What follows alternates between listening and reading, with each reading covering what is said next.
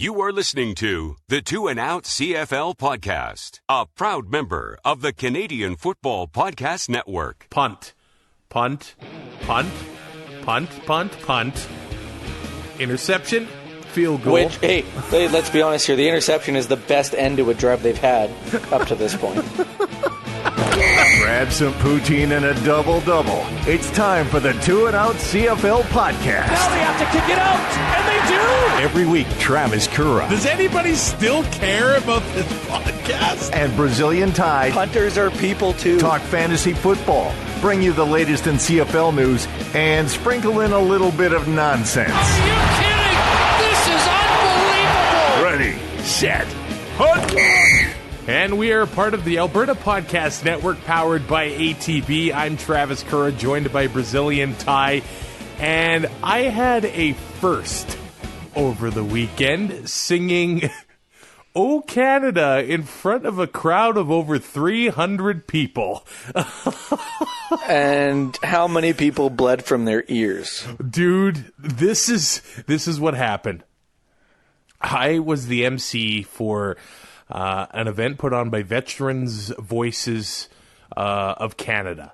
I love this organization. They do a Flags of Remembrance ceremony.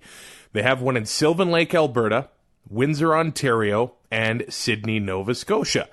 And there are 128 Canadian flags on display to commemorate the 128,000 Canadian men and women, military, RCMP, and first responders killed or missing in action since the Boer War up until now. So it's a great event. It just makes your Canadian heart swell when you see all of these flags. And I was the MC for this event.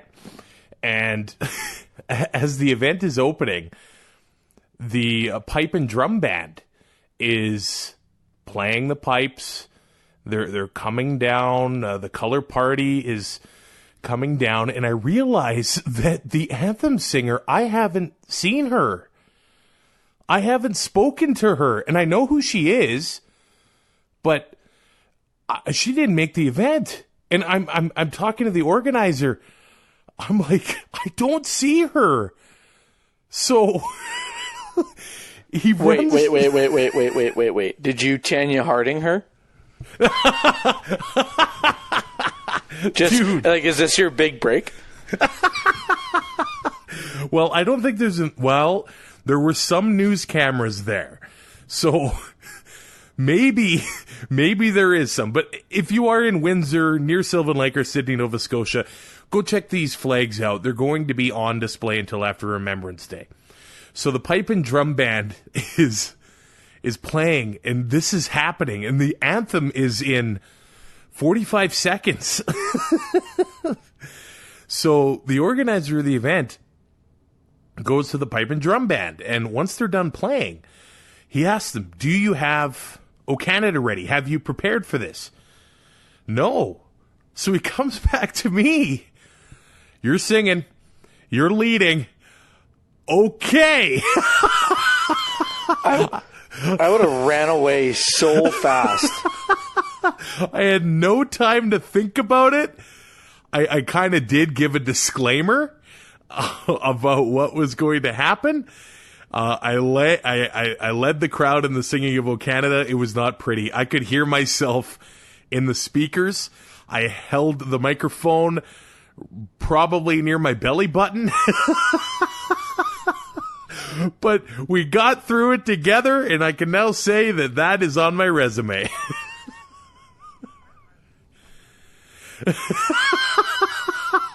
Yeah, I think I'll leave it off.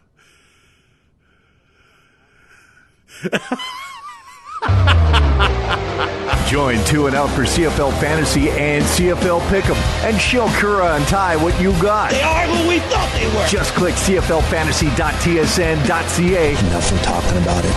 There has to be consequences. and pick'em.cfl.ca. What a week of football it was. It starts Friday night. There was a doubleheader. The Calgary Stampeders beat the Toronto Argonauts 23-16. Couple takeaways here.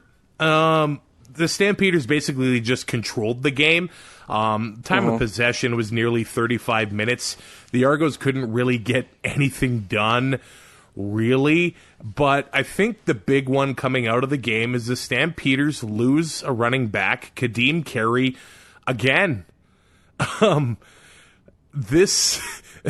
It's been a position that's been cursed for the Stampeders all season long. And after Don Jackson's breakout last year, we kind of thought they had a franchise guy, but Jackson has had injuries this year. Carey has shown flashes, but has also been hurt. I think that maybe they're going to have to go back to Jackson now, because I think he has been ready to go for a couple of weeks. And I think Jackson's going to he's going to really need to shine to close the season out here. And it's just another example of Calgary showing the depth that they have in this organization. And Terry Williams rushed the ball 3 times for 28 yards, got in the end zone, had 46 yards in the return game as well, and had 14 receiving yards. So he's multifaceted, and if Don Jackson comes back, there's still lots of room for Terry Williams to produce in this lineup as well. And it just, if they can share a workload, I think Don Jackson would get the bulk of the carries. It's just more of a weapon for the Stampeders to use in that aspect where they can switch things up, and they have the depth to do it. The Stampeders also came into this game with a very inexperienced receiving core, and Bo Levi Mitchell approached it by throwing it to Eric Rogers nonstop. 17 targets. I honestly don't know if, since we've started this show, if I've seen a receiver with that many targets in a game. I think SJ Green, I want to say last year, was up around 20 at some point. Maybe he did have a 19 or 20 target game. But I'll tell you what, when we're done, I will look it up and I will put it on Twitter. But I feel like 20 or 21 has been around, and I think I've seen it. But 17 is still a ridiculous amount.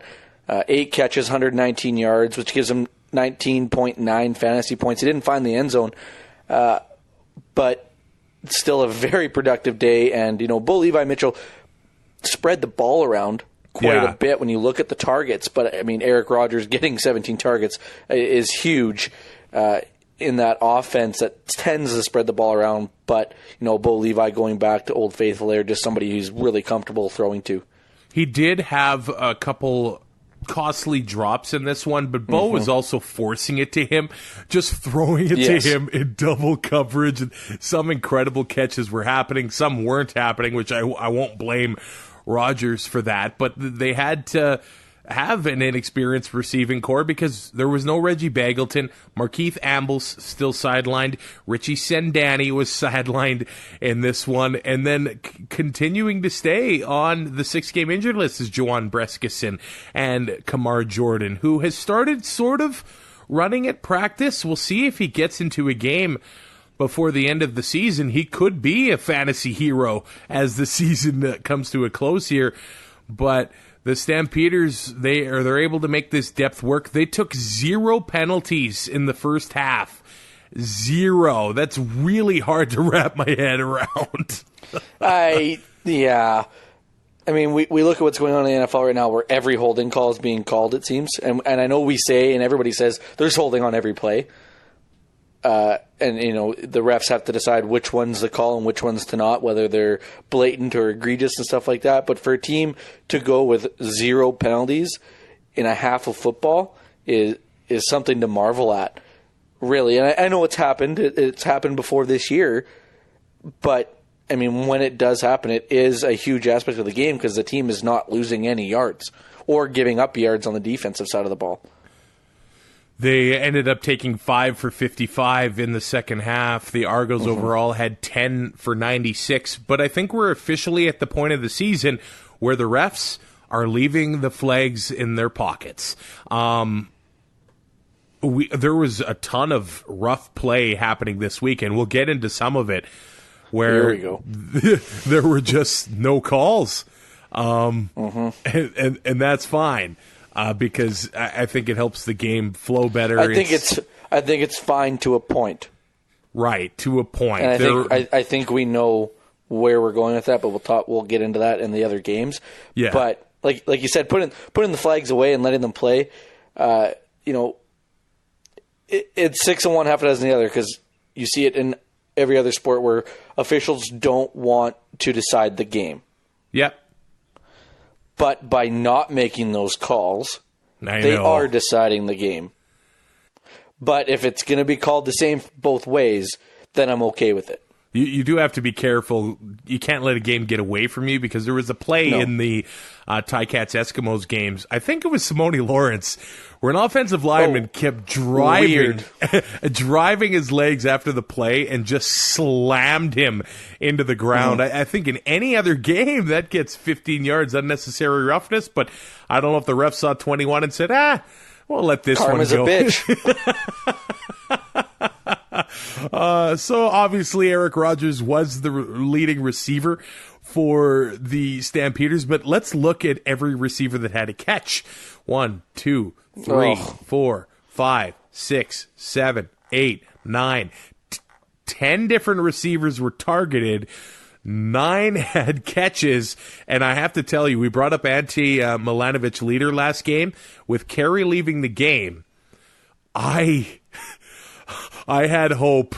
He ended up getting 5 carries, 16 yards, and 1 catch for 3 yards. If he broke some of those, you would have had to quit the podcast, which would have made me sad, but at the same time, happy, because Milanovic leader just had a big game. Yeah, but then who would do all the legwork that you don't do? Yeah. Nobody. Like, I mean, if you do a lot for the preview shows, I'll give you that. But I mean, when it comes to the Sunday show, a lot of the legwork is me. Correct me if I'm wrong. Correct me if I'm wrong. I'm not going to correct you. All right, then. The Argos spread the ball around as well. Armani Edwards was the leading receiver for the Argos, 80 yards on 5 catches. Not only did they spread the ball to the receivers, they spread the ball around under center as well, and neither of it worked. DW had 10 targets, 5 for 52, and a touchdown. But I think the big story is McLeod Bethel Thompson couldn't get anything going against the Stampeder defense, which a part of me just thinks it's a bad situation. When the Stampeder defense is on, there's a good chance you're not going to get anything done. So Bethel Thompson was pulled. James Franklin comes in. They had the same amount of completions, 12 of them. Franklin had 16 attempts. Bethel Thompson had 19. MBT had the interception, and Franklin had the touchdown. So that's the difference in the passer efficiency there, I guess. I don't think this really showed a difference between the two quarterbacks at all. Neither quarterback was able to cement themselves as being the starter next week. No. I think James Franklin protecting the ball a little better, not throwing an interception, might give him a leg up. But we've seen Bethel Thompson put up huge numbers this year. So, I mean, it kind of evens out that way, I think. Fantasy-wise, I mean, James Franklin had 11.4. And, in a half of football, okay, not bad, especially against Calgary. But to only throw the ball 16 times when you're, it's the quarterback situation in Toronto. We thought it was figured out. McLeod Bethel Thompson has the one bad half, and they pull him, and I get it. But if he's your starting quarterback, you got to let him work through this. Do you not? I think so. Now I think that they let Franklin play the season out and just see what they have. If they're going to do that, give it to Dakota Prukop or Michael O'Connor. I think that's what they should do. That's if they want Franklin to be a part of this franchise going into next year. I don't know if they do. Mm-hmm. I don't know if they want either one of these guys around. The way that, and I know Bethel Thompson has got a lot of playing time lately, but to pull him after going 12 of 19 for 86 and a pick, I mean, you're showing that you have zero faith in him being able to get anything done. And I mean, James Franklin comes in and throws for 70 more yards or 60 more yards, but in a touchdown, still doesn't play that much better. No, he didn't. So, I mean, let's see what you actually have at the quarterback position, and maybe one of these 23, 24-year-olds will perform, and then you have a quarterback for the foreseeable future and stability at that position. If there was a game for the Argos to steal, this was it. They would have caught up to Ottawa, and they only would have been 3 behind Edmonton. I know either way it was a long shot, but now it's probably time to just kiss it goodbye and see what you have in the young guns. That's what I think that the Argos should do. But the Stampeders win a game that they needed to win to stay in a home playoff spot in that West Division that just continues to stay crazy between the Bombers, Stampeders, and Rough Riders. Let's move on to the second half of that Friday night doubleheader at Commonwealth Stadium. It was Ricky Ray night, but the Tiger Cats spoiled that one. The Argos had Ricky Ray night earlier this season. The Ticats popped 64 points on the Argos. And then the Eskimos have Ricky Ray night, and the Ticats, they win by a field goal that ended up going off the upright. But it looked like it was going to be a night that the Ticats were going to pop 60 on the Eskimos because before the end of the first quarter, it was 21-0. That came on a 41-yard touchdown to Marcus Tucker, a 76-yard touchdown to Braylon Addison. This looked like it was going to get away from the Eskimos really fast with Logan Kilgore as the starting quarterback. Those 3 touchdown drives that the Ticats had that were consecutive touchdown drives totaled 6 plays. 3 plays for the first, 1 play for the second, 2 plays for the third. After their second touchdown, I went upstairs, grabbed something to eat. I came back downstairs, went to the bathroom, came back to TV. It was 21-0, and I texted you. I said, "What the hell just happened?" And then it looked like they put that number 15 jersey on Ricky Ray and got him out there for the second half, and all of a sudden, the Eskimos were back in it. Game was tied, but poor clock management, not being able to get another first down, gave the Tiger Cats the ball with, around 45 seconds left.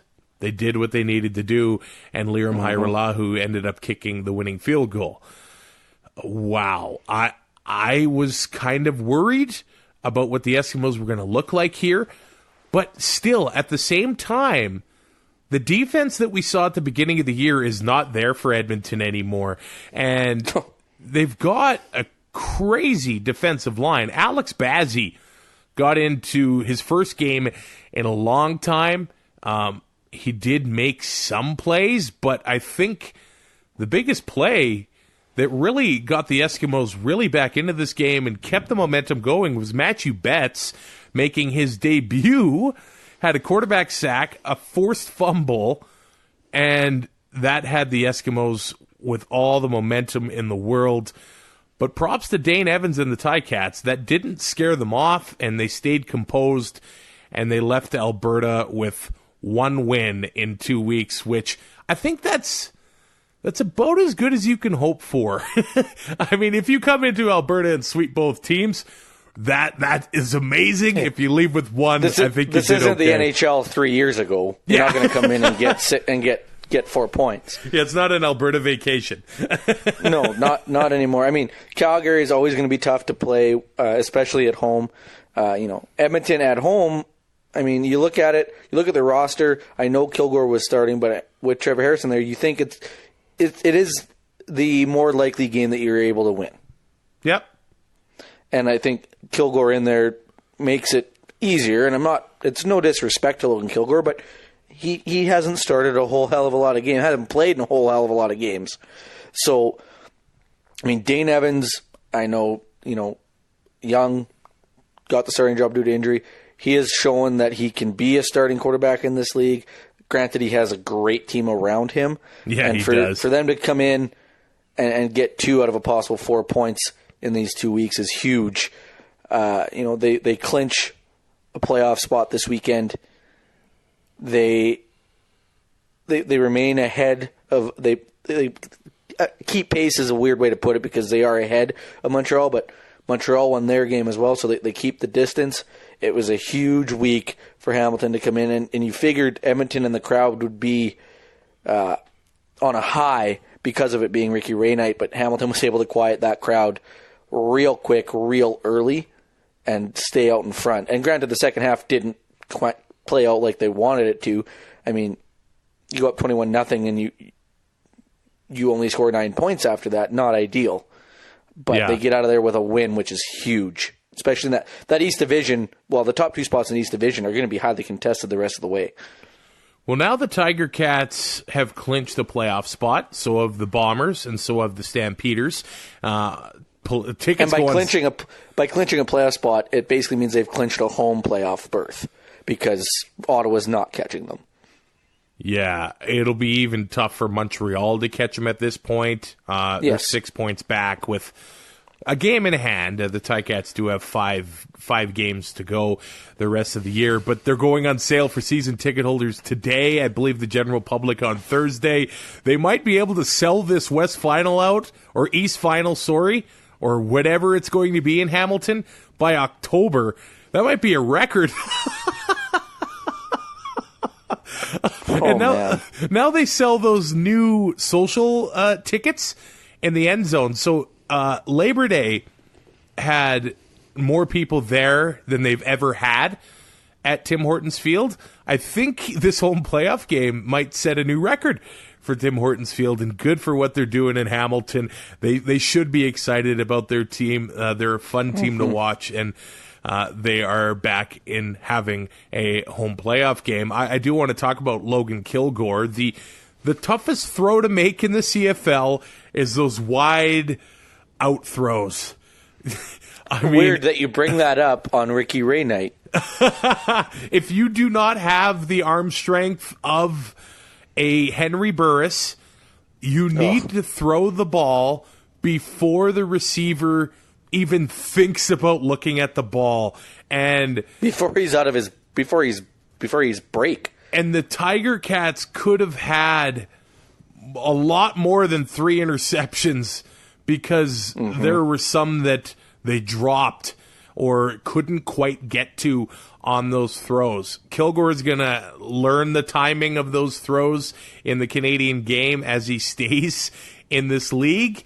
We'll see if he has to make more starts, because from what the Eskimos have said, Harris has been dealing with this injury for actually a few weeks since the Eskimos played, I think, Winnipeg. The Bombers, That's when it all started, and they haven't said it's only going to be a 1-game thing for Trevor Harris. It's day to day. So none of it's been clear. Which is par for the course in the CFL, right? We're not going to get any more than that waiting for depth charts to come out to wait to see who's named starter. Here's the thing. DeVaris Daniels had double-digit targets. He's been having that with Trevor Harris. He caught 2 of them. Thankfully, if you did pick him, one of them was a touchdown. He only had 19 yards on the day. If that's Trevor Harris, he's 8 of 10. I took Ricky Collins, so it was even worse. 4 catches for 21 yards. You can't trust an Eskimos receiver with Logan Kilgore at the helm. CJ Gable was the leading receiver with 52 yards. I thought they would have run the ball with him more. He had 11 carries. I know that's all right, having 11 carries for 45 yards. He had to run some hard. He had some hard carries to get those 45 yards with that Ticats defensive line. I thought that they would just give him like 20, like we saw with Moses Madu in Ottawa early this season. And I know some Eskimo fans would like to see Gable get the ball some more, but they need to get that going if Logan Kilgore is going to start any more games here. As for Hamilton... And it takes pressure off a young quarterback if you can establish a running game. Absolutely. As for Hamilton, Marcus Tucker has 54 yards. Brandon Banks, 72 and a touchdown. Ackland had 51. Addison had 126, 4 catches. I mean, this is without Luke Tasker. They have depth in that receiving core in the Hammer. And if Luke Tasker comes back, that team gets even better. Yeah. Braylon Addison and Dane Evans, and we've talked about it because they were both not starting. They had the chemistry being on that second team. Now they're both starting, and it's showing. But I mean, they're not overwhelming. There was no overwhelming receiver with targets this week. I mean, Dane Evans really spread the ball around. He did, yep. Which makes it even harder on a defense because you can't just stick your number one corner on the number one receiver. It's not going to work out well when they're spreading the ball around like this. And Dane Evans only threw 8 incompletions, and one of them was an interception. Braylon Addison was actually the Ticats' leading rusher, too. Yeah, 4 carries for 29 yards. He ended up with 25.5 points. He was the leading fantasy guy for the Tiger Cats, including the quarterback. They need to figure this out, and Calgary needs to really figure it out, too, because Calgary had a lead. I know if Toronto makes a stop there on the fourth quarter after they kicked it deep, things get really interesting. Things got really interesting here because Hamilton doesn't have a reliable running game. I went to bed. They don't have a reliable running game. No, and if you have a lead, you have to be able to run the football. Yeah. To kill the clock. I wonder if Sutton could be starting for the Ticats as soon as next week. I don't see how it could hurt. I mean, they'd have to change the ratio. That's the only thing. But, I mean, I think Sutton was one of the most underrated running backs in BC last fall. Going into the playoffs, he made an impact on that team. I think he could do the same for the Ticats as we get ready for the playoffs. Too bad he couldn't make an impact in Hamilton in the playoff game. Mind you, nobody on that BC roster made an impact. Wally's last game ends like that. I will say about this game, I was actually really disappointed about the attendance. It was announced at 25,694. Edmonton is one of the great cities of the CFL, and I guess I just thought with Ricky Ray being in town that the fans would come out to see that plaque on the Wall of Honor unveiled. I know that the free kids tickets are gone, maybe until next season. So that takes people out of the stands. And I know the Oilers had a preseason game, but which they won 6-2. Not a big deal. Man, Ricky Ray night, and that's what happens. It was a beautiful night, 16 degrees, a little bit of a chilly wind, but I mean, might be the last nice weekend of the year as we roll into the end of September now. It could be. Yeah. I mean, the last chance to maybe if you have a lake property or anything, last chance to get up there, get finishing touches before the weather turns and it's too late. So I could see that. Kids back in school now too. I mean, it might have something to do with it. I know it was a Friday night game. It's not like they're not doing Thursday night games anymore. But, I mean, everybody gets pretty busy this time of year. So I get it. But, yeah, 25,000, I expected it to be a little higher than that and a little more raucous. But, I mean, Hamilton took the crowd out of it real early and really quick. I know that they've lost 4 in a row in football. That feels like an eternity. That's a month. And they didn't have their starting 5 weeks. They had a bye, did they not? And they didn't have their starting quarterback, so that hurts attendance too. But the whole Ricky Ray thing was awesome. Seeing him get emotional is something new that CFL fans aren't used to seeing. I remember when Ricky would throw an interception, some fans would be infuriated because they'd be like, does this guy not care? It's like the best quarterbacks have the shortest memories, and as soon as he threw a pick or whatever, it was gone. Look at Brett Favre. Yeah. He holds the record for most interceptions. You don't throw the most interceptions by just, being scared. I threw one, forget about it, go out there and you don't change your game. You play the same way. If you make another mistake, so what? You have the rest of the game to fix it. Like, yeah, take your chin strap off angrily, but I mean, what do you want him to do? Get super emotional, let it get in his head, and then what? Throw 4 more that night? Yeah, exactly. Ricky is maybe the best clutch quarterback of all time. Undoubtedly the best touch pass we've ever seen in the Canadian Football League. And 2 Grey Cups with 2 teams. Yeah, the only starter to win 4 of them. To see him on that wall of honor in Edmonton was very cool.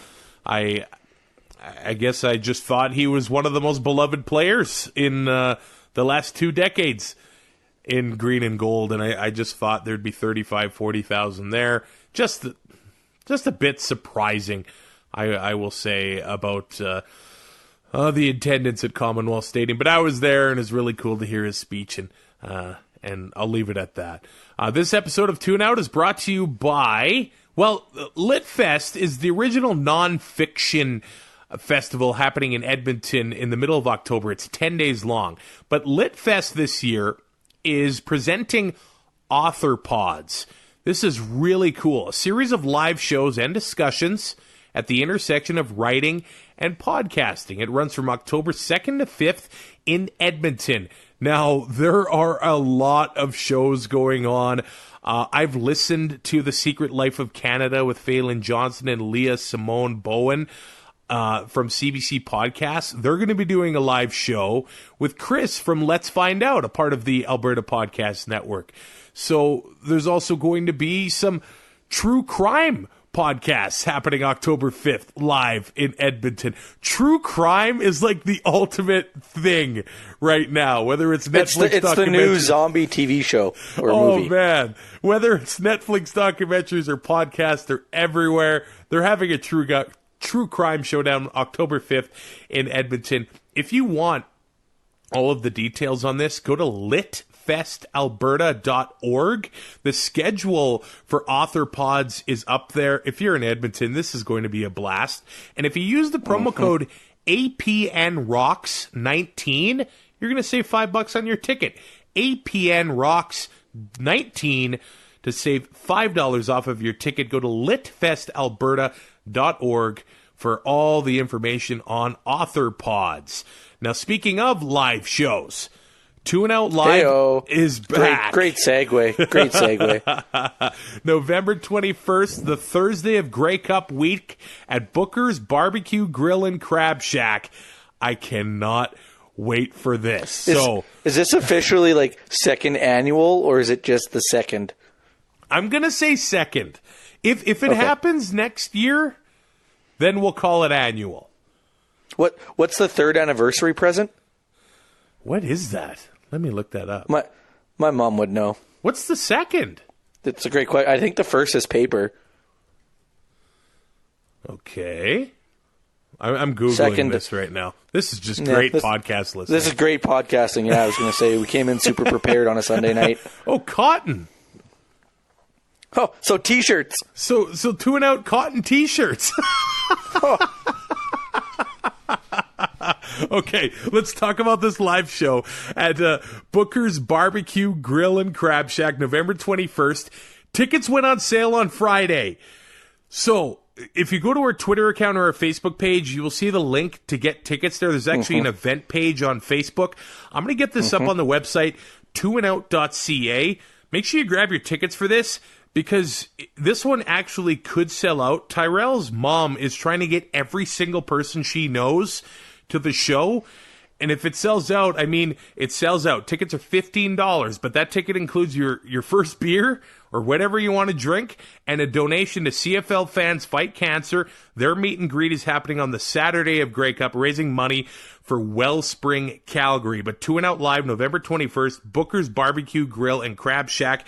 Grab your tickets today. We'll get you the ticket link. It's up on Eventbrite, but tuneout.ca. And actually, Booker's was on You Gotta Eat Here, that show on the Food Network with John Catucci. Love that show, so you know there's amazing food at Booker's. We're all about food on Tune Out. We're going to have an absolute blast at this live show. Are you getting a bit nervous about your mom showing up to this thing and being an onstage guest, possibly? The possibly is it's official. She said she'd do it, so that's great. Here's the question: are you going to show up? Well, We'll see what happens. If I come in Wednesday night, Thursday might end up being pretty rough. But I've been looking into a couple of things, and there might be party favors involved for those in attendance. Okay. Depending on cost and availability and so forth and so on. And we also posted a poll on Twitter. It's going to run for a week because I don't know how often people actually check our account. I wouldn't if I was you. But we have been discussing it for a little while, and then I finally pulled the trigger today and asked you about it. T-shirts, we're looking to see if there's any interest, what you guys would want for color, design, and stuff like that. So there is 2 polls up on our Twitter page. You can find them there. Vote. Give us an idea, and if you do vote yes and want more info, you can always fire us off a DM as well. Awesome. Let's talk about the third game of the week, and it was the game of the week. The Montreal Alouettes beat the Winnipeg Blue Bombers 38-37. Okay, here was my Saturday. I sang "O Canada." I went to my nephew's first birthday party. They actually had the game on there. So I watched the game until halftime, 34-10, and then I went to Edmonton to go to WWE. I look at my phone. I see that the Alouettes won this by a point. 3 touchdowns in the fourth quarter. This is not your older brother's Montreal Alouettes. Older brothers, yeah. Well, I mean, your brother's so much older than you. Like, his Alouettes are the Anthony Calvillo Alouettes. Yeah. So it's not your, I don't know what it is, but this isn't the Montreal Alouettes that have become the punchline for so many jokes over the last few years. We'll talk about the punchline in the next game, but yeah, because we know what I'm going to bring up in the next game. I know you are, and you threw me into your tweet. Come on. Oh yeah, because you totally thought Dom Davis was ready to be a starter. I'm innocent in this. Don't you put that hate on me, Ricky Bobby.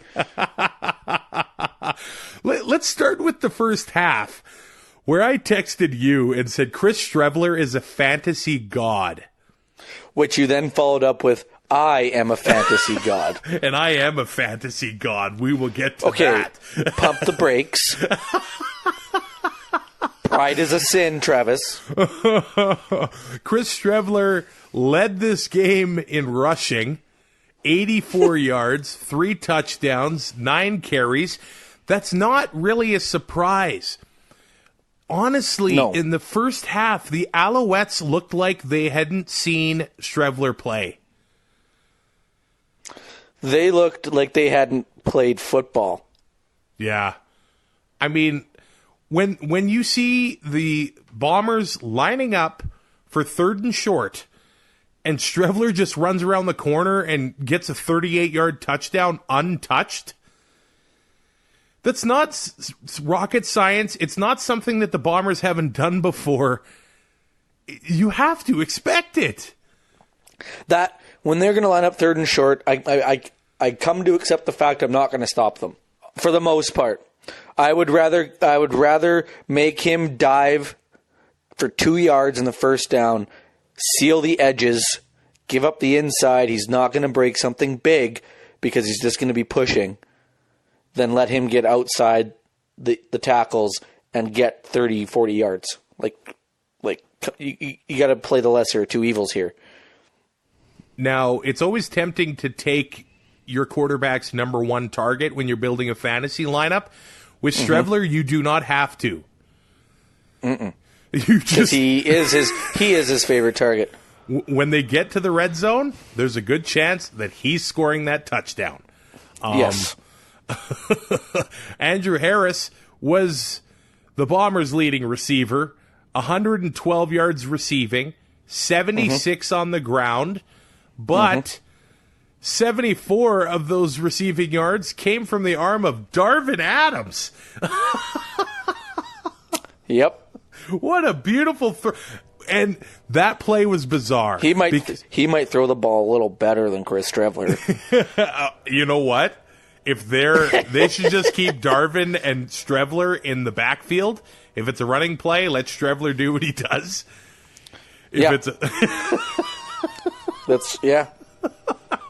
That'd be one way to do it. It was such a bizarre play because I'm at the birthday party and we're basically watching the game on mute. And I was like, what are the Alouettes doing there? Apparently, a fan in the stands blew a whistle. So Tommy Campbell thought he heard a whistle, basically gave up on the play. Mm-hmm. I guess that fan was ejected. But, rightfully so. But man, I mean, Harris was tackled at the 1. I mean, you got to finish that play. I know it's really confusing if you thought you've heard a whistle, but Harris isn't giving up. But if you hear a whistle and you think it's the referees, you could get a whistle, 15 yards on it. A whistle is a pretty distinct sound. Yeah. And all of a sudden you're taking down Andrew Harris 2 or 3 seconds after that whistle. If it is the referee's whistle, you're in a world of trouble. Oh, yeah. So I get it. And I don't know if the right way to handle it is to just nullify that play because of the whistle or to let it. I don't think they can do that. I would have to, that would have to be, we would have, if this would happen before the Ambrose interview, we would have had another question. Yeah, absolutely. Stuff like this has happened before, and we saw it a couple years ago in Hamilton where, people did blame the Box J boys, but we still don't know who had the whistle, but Andre Proulx called them out. Yeah. And, when you hear a whistle, you're taught to play to the whistle, so you hear it, you have to stop because you don't want to incur a penalty, but it's just a crappy situation when it ends up being from the stands, and I don't know if there's a way to rectify it in-game other than, just replaying the down. But I know they didn't. But I mean, that would be the only thing I could think to do. But that would have to be in the rules and collectively bargained and all that crap too. So right now, I guess it was done the way it's supposed to be done. The Owls defense did a better job in the second half. Basically, to beat Streveler, you have to force him to pass. Make him beat you through the air. He did that against the Riders, I think, on Banjo Bowl. He does have what it takes, but I'd rather take my chances with Streveler throwing the ball than running it. Yeah. He threw 3 incompletions. Yeah. Well, two incompletions and 1 interception. Yeah. As for the Alouettes, nothing really got going, and they were down 3 touchdowns late in this game. And the Bombers had every opportunity to finish it off. I'll give you the exact time. Well, they started I can tell you about their fourth last drive. I can tell you about 5 times they could have finished it off. They missed an extra point in the first half. Medlock missed a 53-yard field goal. They ended up picking off Vernon Adams in the second half. Couldn't really do anything with it. There were some dropped interceptions. They had the Alouettes at third down in the fourth quarter. Couldn't make the stop there either. There were so many opportunities. I know hindsight is 20/20, and you can't really think that way. But the Bombers just could not finish off the Alouettes here. And this is not the way the Alouettes have been in the past. There was... They made long drives happen, too. It wasn't just they were getting lucky field position. They had a 98-yard scoring drive at one point. Winnipeg made them work, and Montreal had no running game in this one. Stanback had 38 yards rushing, and that was it. That was really it. Chris Matthews... 2 touchdowns. Jake Weineke, the winning touchdown at the end of the game. Devere Posey, 132 yards. He had himself a touchdown. That fourth quarter from the Alouettes was unbelievable. They needed about 50 things to go right, and they all went right. So they come into that fourth quarter. They are down 27-17. 37. They are down 20 points. Yeah. They scored 21. Winnipeg, yeah, they didn't close them out on offense. They did not make plays on defense. I know they had an interception. I believe Heck had an interception in that fourth quarter, did he not? Yeah, so Heck had the interception on the third last drive, but other than that, they weren't able to stop Montreal. No. And as a defense, I know it's hard, especially as a defensive coordinator, you don't want to get beat, which in turn gets you beat because you're playing too safe. You cannot change a game plan when you're leading because you want to prevent teams from scoring. Prevent defense prevents winning is what it does. You still have to send pressure. You still have to bump receivers. You still have to play the same way you've been playing the whole game. Because if you change something and an offense is able to adjust, it can hurt you like that, and you give up 21 points in a quarter. Vernon Adams threw for 488 yards, 4 touchdowns. He rushed for a touchdown, an absolute fantasy monster. With this game, he enters the most outstanding player category. If he has games like this, to wrap it up, it might be Vernon Adams Jr. on that podium at the end of the season. But on the one interception he threw, there was an incident where Adam Bighill went to block him on the interception return. Vernon Adams looked like he instantly took offense to it, ripped Bighill's helmet off, and then appeared to swing that helmet at Adam Bighill. And made contact. No flag on the play, which I don't know if the refs didn't see it, but there was a ref 5 yards away. Yeah. I mean, that's ejection worthy to me, man, and then the whole comeback doesn't even happen. I think the Bombers have a case to be very angry. To me, that is 40 yards in penalties. Yeah. Personal foul for the face mask. The 25-yard for, I don't know even what the call would be, but it would be a disqualification. And you're right, I don't think Matthew Schultz or Antonio Pipkin comes in and leads this comeback. A fine is not enough. He has to be suspended. I think he's only getting a fine. That's my prediction. Which is an absolute joke if it happens like that, because he could, imagine if he cracks Bighill on the side of the head. Not just a glancing blow. He could have knocked Bighill out for the year. Yep. Career. Right? So if we're going to suspend, and I know it's a CBA thing, if we're going to suspend Andrew Harris 2 games for PEDs, and I know this isn't a PED situation, and this whatever, is a lot more dangerous. That's going to be that punishment. If you're going to take a helmet becomes a weapon and you're going to use it as such, that's got to be pretty serious. And a fine is, if it's a fine, I don't get it. Because he wasn't ejected, there has to be a suspension. If he was ejected, then the suspension could be lower, right? And a fine or whatever. But because there was no penalty, no ejection, he has to be suspended. And number of games, I don't know, but it's got to be more than one.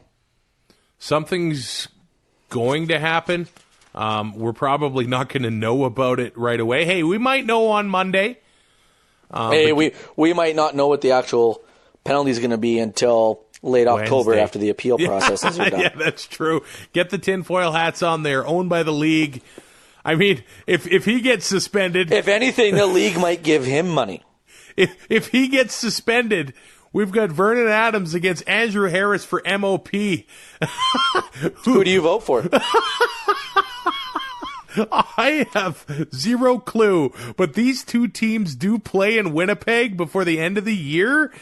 Which should be real good. It could be ugly or fun to watch, depending on how you look at it. Speaking of those two players, Danny Austin on Twitter today made a really good point that Andrew Harris has to be on the ballot. You let the voters decide whether or not he's worthy of winning MOP. You can't just take him off of the ballot. Oh yeah. So, I mean, you look at if let's say that Vernon Adams comes out of the East and Andrew Harris comes out of the West, who do you vote for if you had a vote? We're going to ask the hard-hitting questions here. Well, the Bombers went 1-1 without Harris. Where are the Alouettes if Vernon Adams is in their QB? It is not an MVP award. It is most outstanding. Two completely different things. Yeah. I think Harris. Right now, that's where I would lean. But I think if Vernon Adams, gets a couple more 300-yard games and they keep winning football games, then my vote would be Vernon Adams. Yeah. Especially if Harris doesn't get to, a considerable... I know 1,000 yards rushing is a big deal, but he's got to do something considerable through the air, too, because if he's just going to keep getting 1,000-yard seasons, it's been done. Well, if he has a couple more 100-yard receiving games, things are going to get really interesting. Yes. I can't wait till these two teams play again. One thing I do want to mention about this game, Kenny Lawler had a quiet game. I do have something to add when you're done. Two catches for 31 yards. Mm-hmm. But I got a tweet from Cindy today. The Bombers had their fan day on Sunday. Mm-hmm. And she met Kenny the King Lawler and actually asked him if she knew how I refer to him on this podcast. Well, Kenny the King Lawler knows that is now his nickname. I asked Cindy if he liked it. She said he does. He smiled. He laughed. I think the Bomber store, they need to start selling King's Court shirts. There needs to be a section at IG Field in the end zone where all these... Seattle has for Felix Hernandez? Yes, all you serve is grapes and turkey legs and... you have people... The ushers have giant fern leaves that they cool the fans off with. Everybody wears togas. They need a toga party night at the Rum Hut for Kenny the King Lawler. That's okay. So if they make shirts, where are the royalties? Because I'm pretty Dave Dickinson's getting screwed. Yeah, on the Canadian Mafia. Out of the royalties from the Canadian Mafia T-shirts. Oh, royalties on Kenny the King Lawler? He gets all of them. You better okay. We have the Pick'em group. Yeah, and I'm going to bring him up again because we're going to talk about Winnipeg. Neely. He's unbelievable. He was on a 14-game winning streak coming in to this game. And because he made me walk around Regina in cowboy boots for 3 miles looking for a Burger King that wasn't open, karma bit him in the ass. Winnipeg not only loses, he loses his streak. So suck it, Neely. But I don't hold grudges. What a game. I can't wait until these two teams play again. The final game of the week, I think just going to do bullet form game in here. Quotations. Yeah, the Lions more of a practice. Destroy the Red Blacks. I think just go general here. The Lions win 40-7. Let's start with Ottawa. They had 13 drives. I'm going to read to you how every drive ended, okay? Can I guess? Okay. The first drive, they actually had 10 plays for 68 yards. That would be their best drive of the game. But it ended... And then they turnover on downs. Turnover on downs. Punt. Punt. Punt. Punt. Punt. Punt. Interception. Field goal. Which, hey, let's be honest here. The interception is the best end to a drive they've had up to this point. Field goal. Missed field goal. No. Yeah. Interception. Punt. Turnover on downs. Who was their quarterback? Tino Sunseri? And then the Bronx cheer from our nation on a punt single. Oh, I don't care if there were 10 fans at TD Place by the end of that game. Slow clap for everyone that continues to come out and support that, because the Red Blacks are worse than they were in 2014, their first year in the league. At least Trevor Harris got field goals to end drives. Like, are the is Marcel Desjardins too good of a GM that they lost everyone to other teams? Explain. I don't know what the Red Blacks too do. Frugal? But here's the thing. They look who won free agency this year. BC and Edmonton. Where are they? The bottom. I mean, they're better than Ottawa, I guess. Well, I mean, who isn't right now? Even Miami Dolphins might be better. I don't know about that.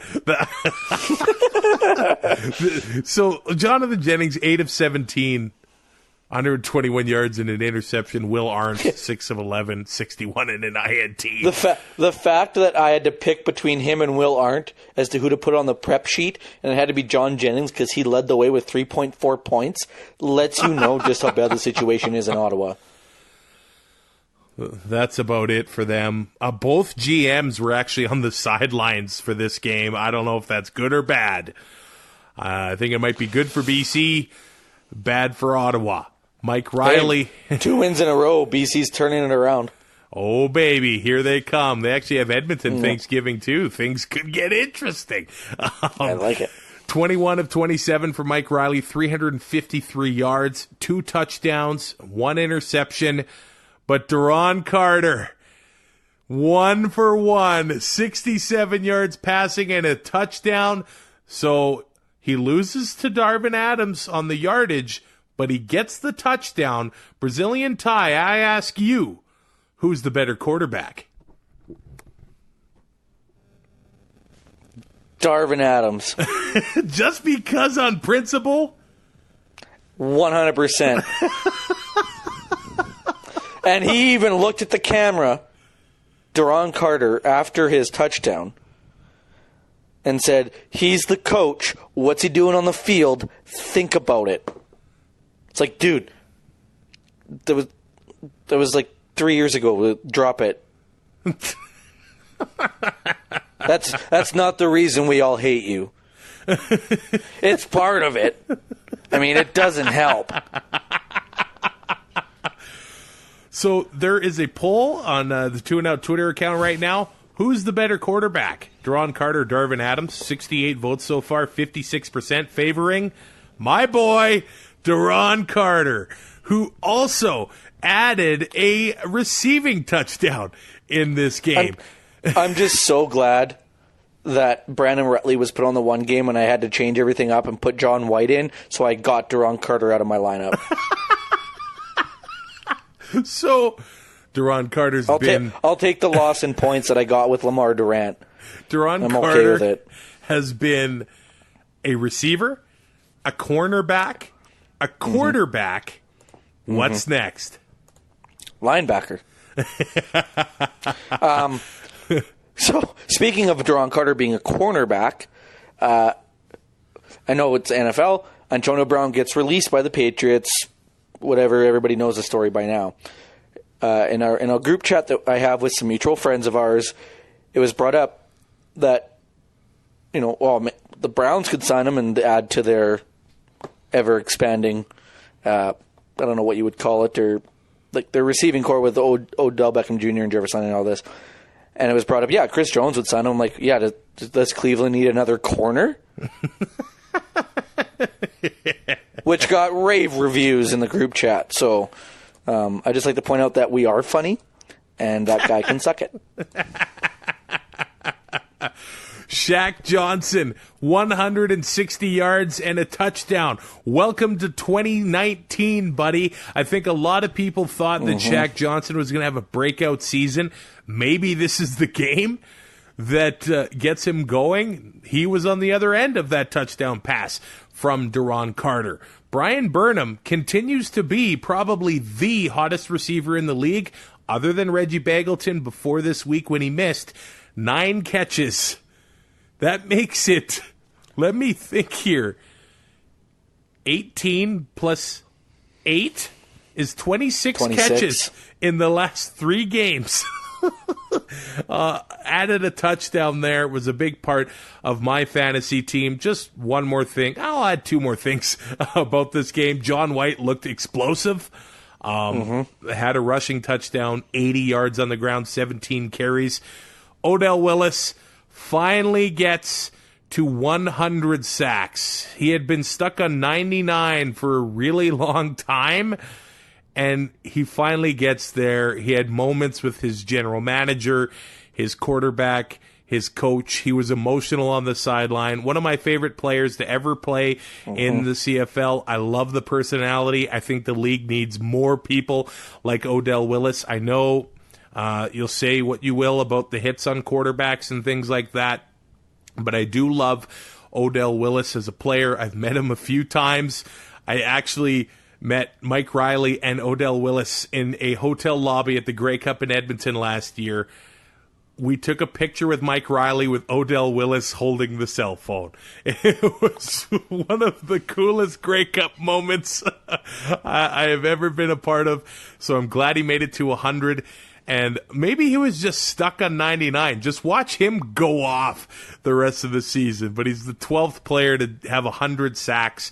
And right now, I've said it before, we're watching John Bowman, Charleston Hughes, and Odell Willis, three of the best D linemen to ever play in the CFL, and they're all in the league right now.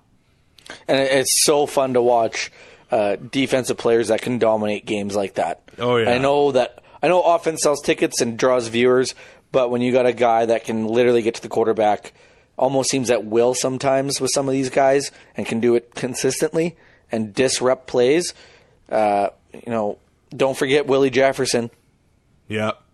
Too, he's on that list. Like this generation we have playing right now, and I know John Bowman is probably part of a different generation. If we're going to look at him and Charleston Hughes are on the other side of 30. Yep. But the way that these guys are playing right now it's so much fun to watch. Let's talk about our fantasy lineups from this past week where me.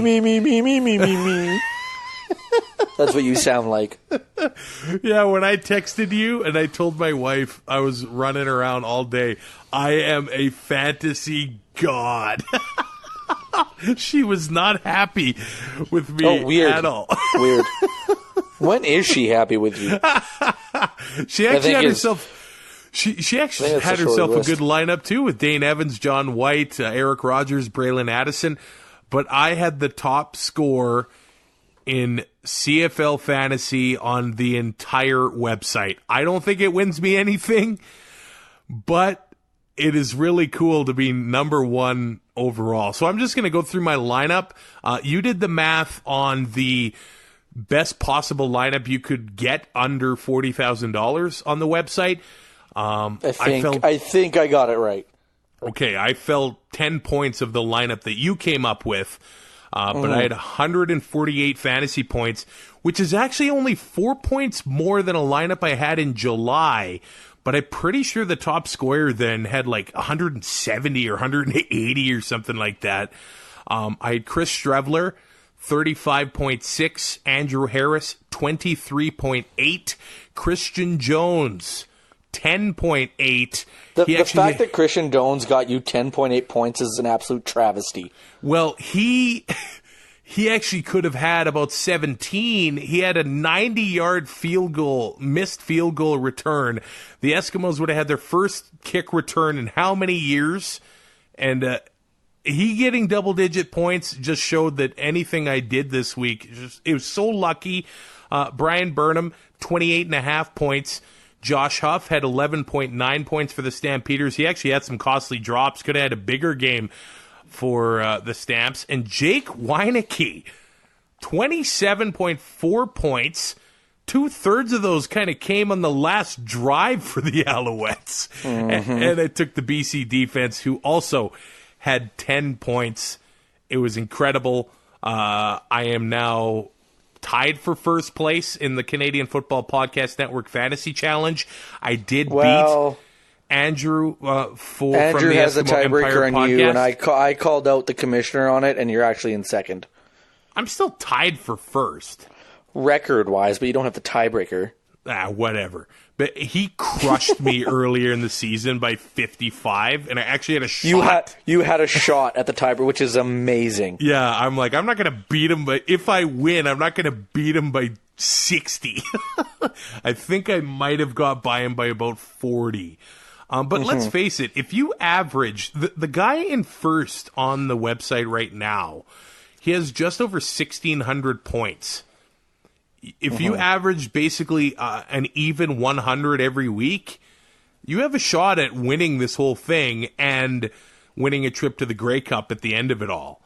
And if you win a trip to the Grey Cup, you can come to 2-0 live. Yeah, who wouldn't do that? Right? So what was the perfect lineup? This is what I came up with. There might be another I don't know. But you could get Vernon Adams Jr., John White, Terry Williams, Brian Burnham, Jake Weineke, Marcus Tucker, and the Lions defense, and be $50 under the salary cap, and it gets you 158 points. Wow. So I was 10 off of that, and I actually only had, I had two of those players, right? Brian Burnham and Jake Weineke. Yes, and the Lions defense. Yeah, and the Lions defense. Now I get my sure thing at quarterback, a sure thing at running back, a sure thing at receiver, which I know sounds obvious, and then the rest are just lottery tickets, and you hope that they hit. Because now players are getting so expensive that it's getting pretty tough to build a lineup. Remember when Vernon Adams Jr. was like $6,000 and we thought it was ridiculous? I know. It was the best. It was the best of times. It was also the worst of times. Those were the days. Easy there, eat it. We are a part of the Alberta Podcast Network, powered by ATB. I want you to check out the Mess Hall podcast with Avery Cochran, who talks to a ton of interesting people, and it's basically all about food. Actually, this month he did 2 episodes reviewing interesting flavors of potato chips. I'm listening. Which is awesome. You know what my favorite potato chips are? What's that? The next one. Oh, I like that. So I know we talk a lot about food on this show, but that's what he talks about, like all he talks about. So check out the Mess Hall podcast, all the other great shows at albertapodcastnetwork.com, and get your Week 16 tickets at SeatGiant.ca, a ticket website that's Canadian-owned and operated. All the events are listed on Canadian dollars, even if the event is in the States. SeatGiant.ca. NHL hockey's getting underway. The CFL playoff run, the road to the Grey Cup's going to start. Well, it is already started. You can grab your tickets at SeatGiant.ca, and using the offer code APN, you're going to save 5%, and you're going to support the network in the process. SeatGiant.ca. Use promo code APN.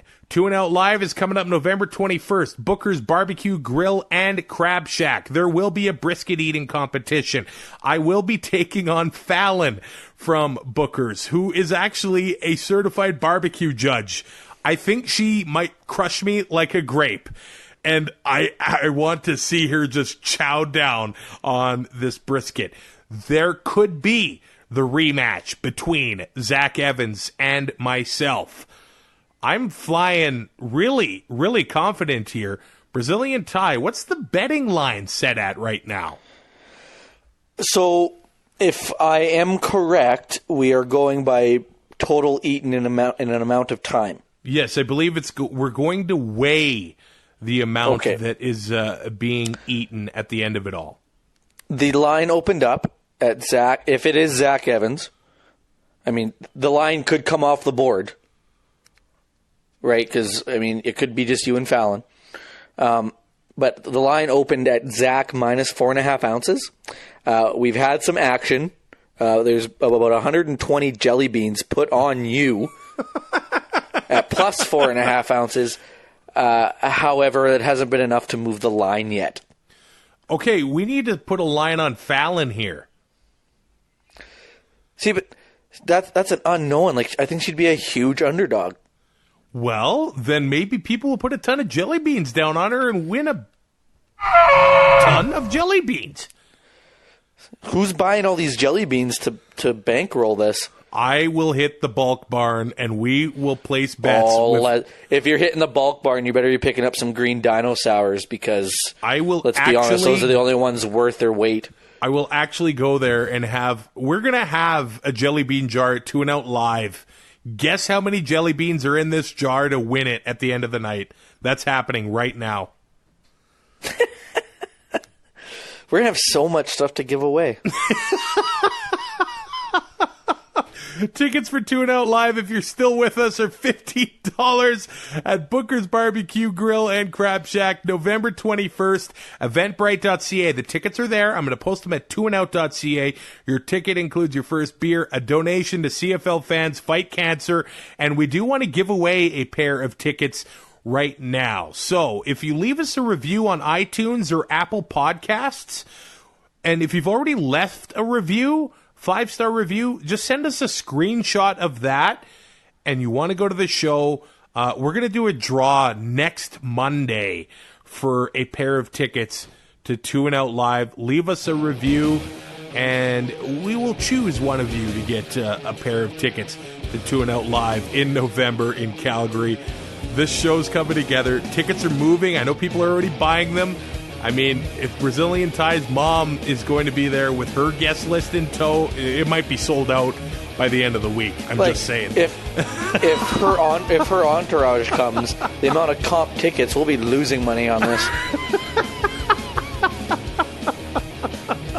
Leave us a rating, and if you've already sent one, just send us a screenshot of it, and we'll get you into the draw for a pair of tickets to 2 and Out Live. Have yourself a good one. We will talk to you Thursday to preview the next week of CFL games. Thanks for listening. Find more great shows like this at CF Pod Network on Twitter.